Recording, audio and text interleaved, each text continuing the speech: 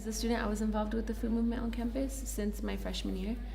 Now I was a staff member for a few months, but as a student for 3 years and a quarter.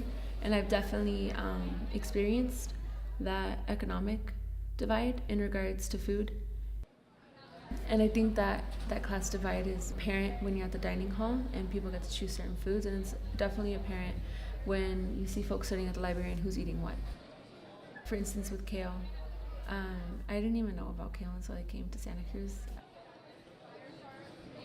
Still though, I walk around the dining rooms and not everybody knows some of the things we're doing, like serving Mary's chicken. I'll go up when we're having a wing bar and say, hey, how are you enjoying the wings? And do you know that those are Mary's chicken? And they'll say, who's Mary? Why do I care? But Mary's a local company that offers free-range chicken, and they grow it they raise those chickens in a humane manner, and it's local to our campus. If I'm from a low-income community, that's a predominantly community of color in LA, it definitely did impact, number one, my understanding of the food system, my understanding of what foods I should be putting into my body, and also just purchasing more sustainable foods in general, right? Because where I grew up, there was maybe one farmer's market, and that was a few miles away, which my family didn't frequent often. Where I grew up, there was mostly only fast food, right? So I guess looking outside my window, there would be a Chevron and McDonald's, a Carl's Jr., a Jack in the Box, Wiener Schnitzel, Wingstop, and this is all within 2 blocks. In general, people know that food is important.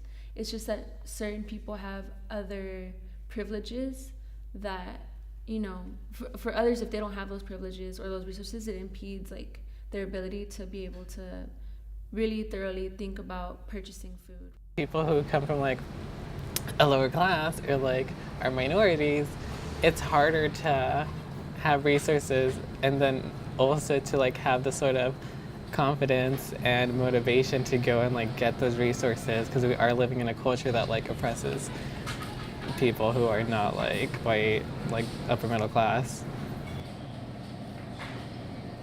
That whole class divide thing is obviously real, because it is expensive to go shop at Nuuly.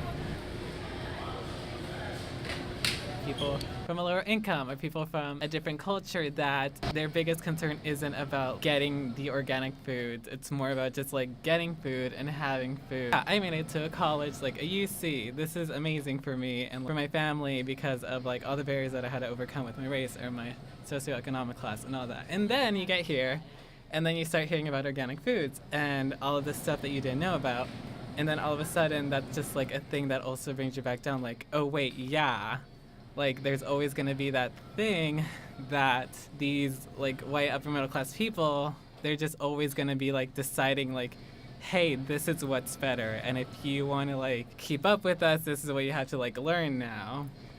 So organic foods can be polarizing in that way, because to some people it's yeah, obviously you should eat better if you can, why wouldn't you? But that's intimidating to someone who's never heard of that whole concept of organic foods or these foods are better for you. Our whole culture is divided into very race, class stuff. So then we're also a division between those who eat organic and those who don't. Organics cost more money than regular conventional vegetables. So usually those that replace it the most are those that can afford it. When we look as a society as a whole and a global society, it's very difficult, I think, to provide food for everybody globally using organic farming methods. We may never be able to achieve a 100% ratio because it's near impossible to produce the volumes that we need in order to and still hold true to that method.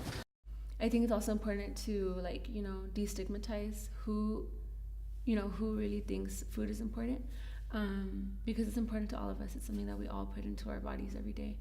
It's just, I think it's politics and money that get in the way of who can access what foods.